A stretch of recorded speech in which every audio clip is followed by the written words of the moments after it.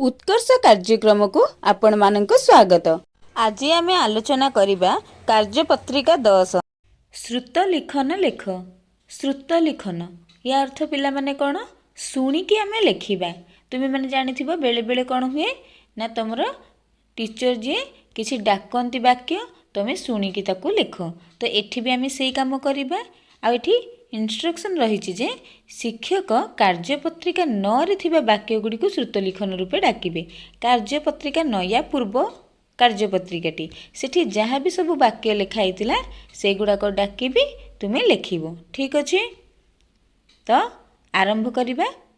गीता छात उपरे खाउ अछि लेखिलो। तापरे बालक डेई डेई नाचु अछि। सीता आजी कविता पाठ करुअछि। कृषक जमी रे हल करुअछि। हाथी झरणार पानी पिउथिला। लेखिलो।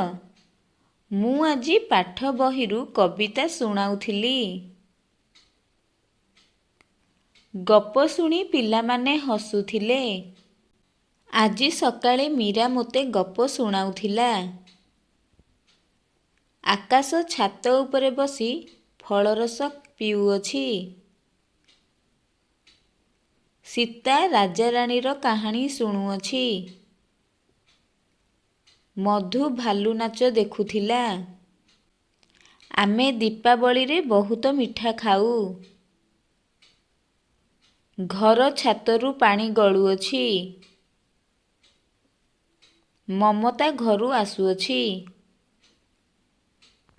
तो पिला माने एठी मु सबुतक वाक्य डाकी देली तमे माने एठी लिखि दबो।